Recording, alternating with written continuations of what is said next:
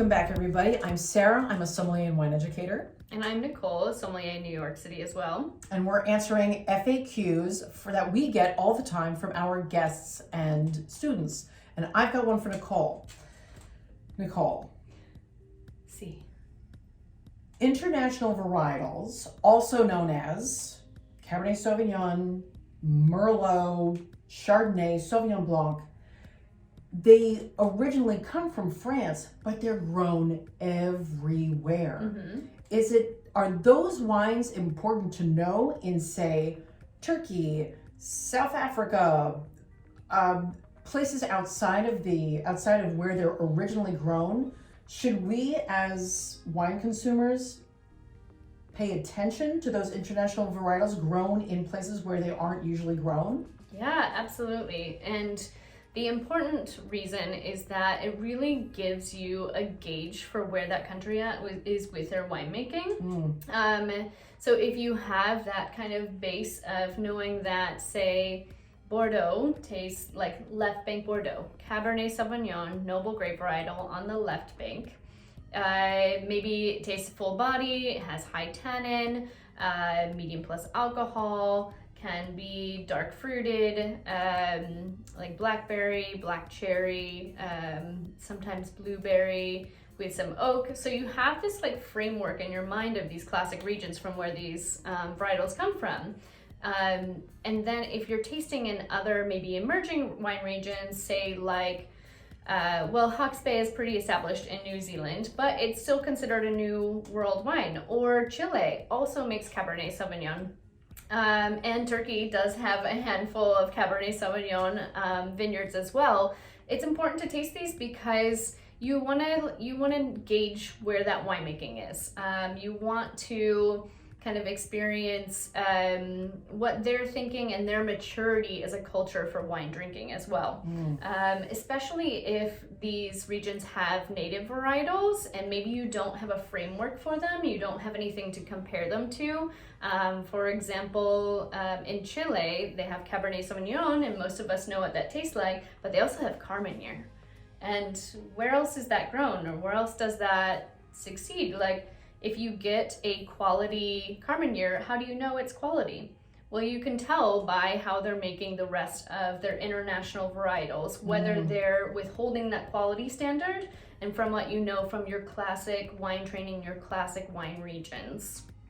Wow, what a great answer. Oh my gosh.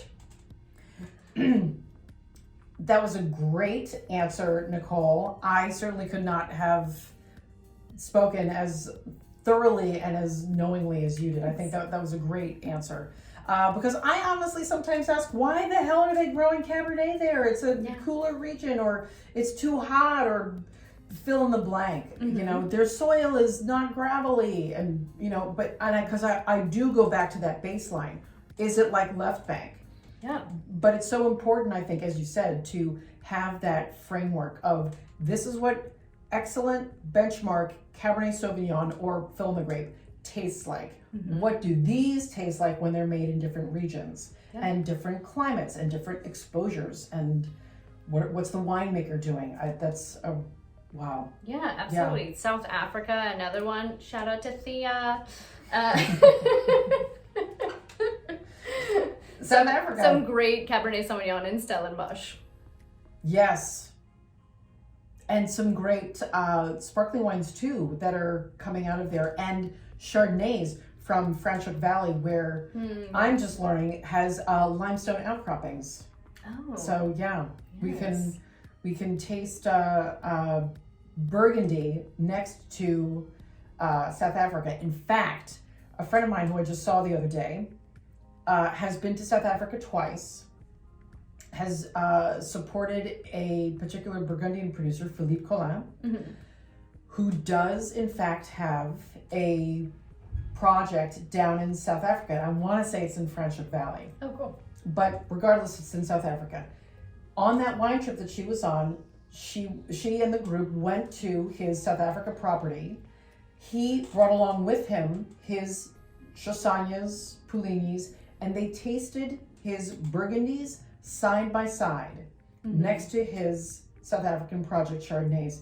And this wine buyer, who's been buying wines for at least 15 years, she said, they're so close. They're so close, even though they are so geographically far away.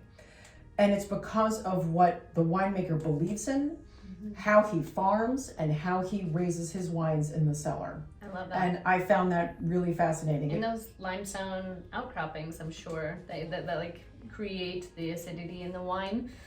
Because, I mean, arguably South Africa is so much more warmer than Burgundy. How in the world would you make a wine that's comparable to that benchmark? Yeah.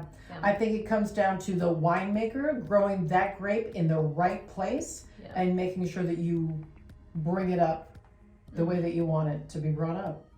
Yeah. But is it vegan? That was a tough question to answer. This has been great. Stay tuned and click through for more FAQs with two of New York's top somms.